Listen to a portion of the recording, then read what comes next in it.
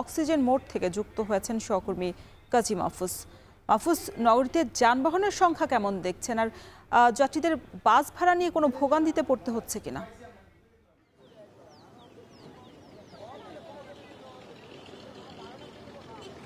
অন্যান্য দিনের চাইতে আজকের কথা যদি বলি, আমরা দেখতে পাচ্ছি সকাল থেকে প্রায় 2 থেকে 3 গুণ যানবাহনের সংখ্যা যেমন বেড়েছে, পাশাপাশি যাত্রীর সংখ্যাও বেড়েছে। বিশেষ করে চট্টগ্রামের যে প্রবেশ মুখগুলো রয়েছে, চট্টগ্রামের অক্সিজেন, একই সাথে আমরা দেখতে পাচ্ছি যে সিটি গেট এবং নতুন ব্রিজ, এই এলাকাগুলোতে সকাল থেকে যাত্রীদের ভিড় বেড়েছে। বিশেষ করে ত্রয়োদশ জাতীয় সংসদ নির্বাচনে গ্রামে ভোট দেওয়ার জন্যই মূলত শহর ছাড়ছেন মানুষ।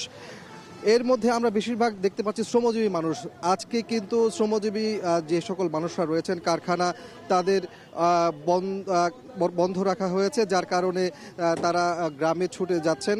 তবে ভোগান্তিরও আমরা লক্ষ্য করেছি, বিশেষ করে ভাড়ার ক্ষেত্রে দ্বিগুণ ভাড়া নেওয়া হচ্ছে এমন অভিযোগ কিন্তু যাত্রীরা করছেন। যেখানে 50 টাকা ভাড়া, সেখানে 100 টাকা নেওয়া হচ্ছে, 200 টাকার ভাড়াতে 300 থেকে 350 টাকা এমন ভাড়া নেওয়া হচ্ছে অভিযোগ করছেন যাত্রীরা। তারা বলছেন নির্বাচনের কাজে আইনশৃঙ্খলা বাহিনী নিয়োজিত থাকার কারণেই মূলত তারা এই সুযোগটিকে কাজে লাগাচ্ছে, অসাধু যারা চালক রয়েছেন এবং বাস মালিক। তো সবকিছু মিলে বলা যায় যে ভোটের উৎসব অংশ নিতে মূলত শহর ছাড়ছেন চট্টগ্রামের মানুষ। চট্টগ্রাম থেকে যুক্ত ছিলেন সহকর্মী কাজী মাহফুজ। দর্শক, নির্বাচন কমিশন এই মুহূর্তে শেষ মুহূর্তের প্রস্তুতির ব্রিফিং করছেন ইসি সচিব সানারুল্লাহ। আমরা সরাসরি যুক্ত হচ্ছি